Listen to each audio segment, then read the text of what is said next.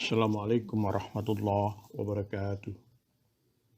Alhamdulillahilladzi arsala rasulahu bil huda wa dinil haqq liyuzhirahu 'alad dini kullih walau karihal kafirun.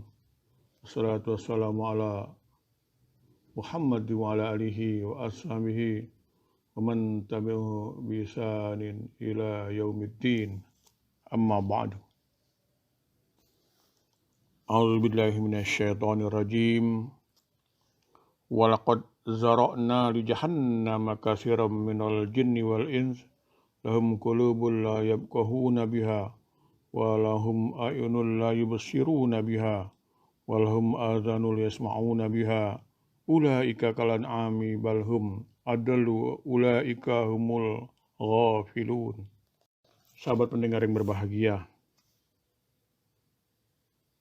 siapa sebenarnya manusia yang dengan segala keterbatasannya berani memimpin dan menjadi khalifah di muka bumi ini? Apakah ia benar-benar layak untuk melaksanakan tugas ini? Padahal faktanya ada beberapa jenis manusia yang tidak paham fungsi dan tugasnya di dunia ini. Mereka hanya mengacau dan berbuat kerusakan di muka bumi. Mereka memiliki kelebihan-kelebihan dan panca indera yang istimewa, tetapi tak ada yang digunakan sebagaimana mestinya. Mereka hanya mengikuti hawa nafsunya. Sebagaimana ayat yang saya bacakan tadi dalam surat Al-A'raf ayat 179. Dan sesungguhnya kami jadikan untuk isi neraka jahanam kebanyakan dari jin dan manusia. Mereka mempunyai hati tetapi tidak dipergunakannya untuk memahami ayat-ayat Allah. Dan mereka mempunyai mata tetapi tidak dipergunakannya untuk melihat tanda-tanda kekuasaan Allah.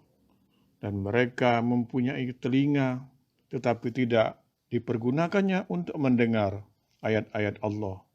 Mereka itulah sebagai binatang ternak, bahkan mereka lebih sesat lagi. Mereka itulah orang-orang yang lalai.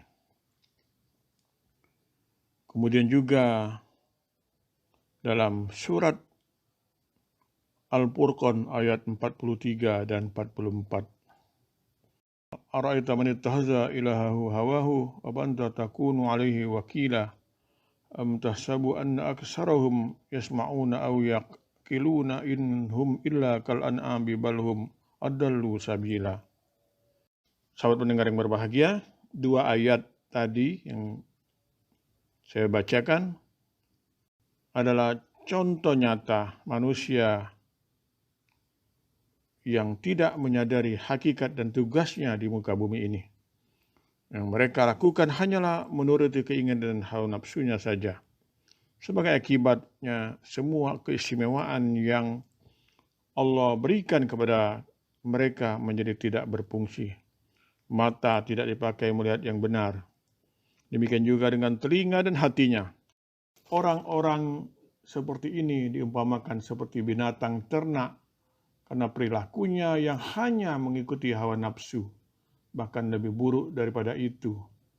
Karenanya sebagai langkah antisipasi agar seorang muslim tak terjebak dalam perilaku seperti tadi, hendaknya kita perlu memahami betul tugas diri kita diciptakan sebagai manusia.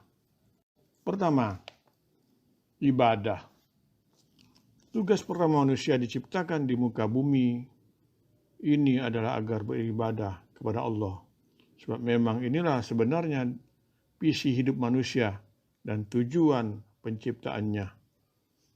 Sebagaimana dijelaskan dalam surat Az-Zariyat ayat 56. Dalam struktur bahasa Arab, ketika suatu kalimat diungkapkan dengan pola tidak ada kecuali, maka apa yang disebut sudah kata kecuali itu adalah satu-satunya. Sekarang tidak ada tujuan di penciptaan dari jin dan manusia kecuali untuk beribadah kepada Allah. Berarti memang ibadahlah yang menjadi satu-satunya tujuan penciptaan manusia. Sehingga dengan demikian hidup manusia haruslah ditujukan untuk beribadah kepadanya. Sang Maha Pencipta, karenanya semua aktivitas dan kegiatan yang dilakukan manusia haruslah bertujuan untuk mengabdi kepada Allah. Dalam ayat lain juga dikatakan inna salati wa nusuki wa mahyaya wa mamati lillahi rabbil alamin. Itulah sebabnya tentu pengertian ibadah menurut para ulama adalah sebagai semua yang menyebabkan Allah cinta dan ridho, baik berupa ucapan maupun perbuatan, lahir maupun batin. Yang kedua adalah khalifah. Tugas kedua yang dibebankan kepada manusia adalah menjadi khalifah. Khalifah artinya pemimpin. Wa idza qala rabbuka lil malaikati inni ja'ilun fil ardi khalifah. Ingatlah ketika Tuhanmu berfirman kepada para malaikat, sungguhnya aku hendak menjadikan seorang khalifah di muka bumi. Al-Baqarah ayat 30. Ketetapan Allah menjadikan manusia sebagai pemimpin sempat mengundang pertanyaan dari malaikat yang meragukan kemampuan manusia menjadi pemimpin dan pengelola kehidupan di muka bumi ini. Dalam ayat lain, dalam surat Al-Ahzab ayat 72, sesungguhnya kami telah mengemukakan amanah kepada langit, bumi, dan gunung-gunung, maka semuanya enggan untuk memikul amanah itu, dan mereka khawatir akan mengkhianatinya. Dan dipikullah amanah itu oleh manusia. Sesungguhnya manusia itu amat zalim dan amat bodoh. Lepas dari ilmu manusia yang terbatas tentang bagaimana Allah menawarkan amanah kepada langit, bumi, dan gunung-gunung, bisa disimpulkan bahwa amanah memimpin kehidupan di muka bumi ini dengan menjalankan aturan-aturan Allah adalah amanah yang sangat berat.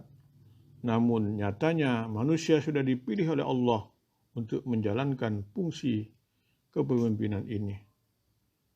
Khalifah secara mudah bisa diartikan sebagai pemimpin. Kalau mau ditelisik lagi, aslinya khalifah adalah orang yang mengganti. Pemimpin di sini bukan berarti bahwa setiap manusia harus menjadi pejabat atau orang berpangkat.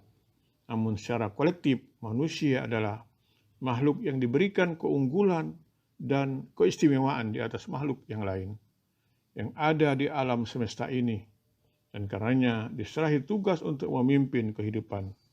Sedangkan secara personal, kepemimpinan ini maknanya adalah tanggung jawab.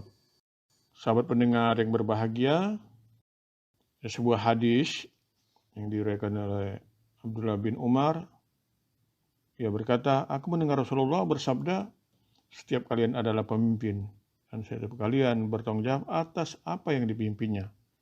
Seorang imam adalah pemimpin dan bertanggung jawab atas rakyatnya. Seorang lelaki adalah pemimpin pada keluarganya dan bertanggung jawab atas apa yang dipimpinnya. Seorang wanita adalah pemimpin di rumah tangga suaminya. Seorang pembantu adalah pemimpin pada harta tuannya. Dengan demikian, sejatinya sesuai dengan tugas manusia sebagai khalifah, setiap diri adalah pemimpin tanpa harus mengenakan atribut jabatan. Dengan kata lain, apapun posisi dan status kita, tanggung jawab itu harus melekat sesuai dengan kadar dan level masing-masing. Jadi yang dituntut dari Allah adalah setiap amanah yang dibebankan hendaknya tertunai dengan penuh rasa tanggung jawab, apapun dan dimanapun posisi kita. Hadirin yang berbahagia, sahabat pendengar, ini saja yang dapat saya sampaikan tentang tugas manusia. Mudah-mudahan bermanfaat bagi kita semua. Nasrun minallah wa fatun qarib. Wassalamualaikum warahmatullahi wabarakatuh.